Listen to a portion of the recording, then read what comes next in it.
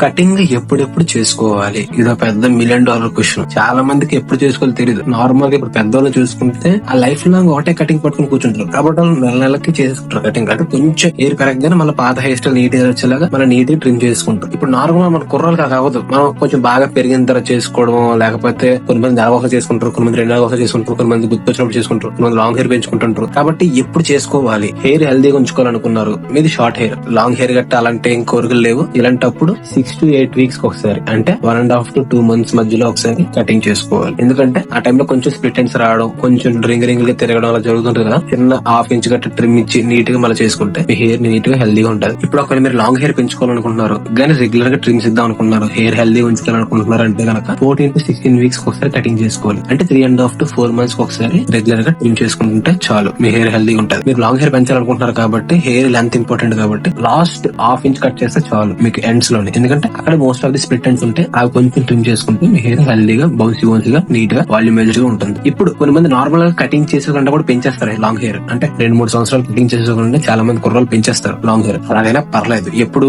మీరు హెయిర్ ని కొంచెం నీట్ గా మెయింటైన్ చేసుకుంటూ స్ప్లిట్ ఎండ్స్ గట్రా రాకుండా రెగ్యులర్ గా ఆయిల్ చేసుకుంటూ నీట్ గా హెయిర్ ప్రాపర్ గా కేర్ తీసుకుంటే గనక మీరు కటింగ్ చేసుకుంటే నీట్ గా పెంచుకోవచ్చు. బై.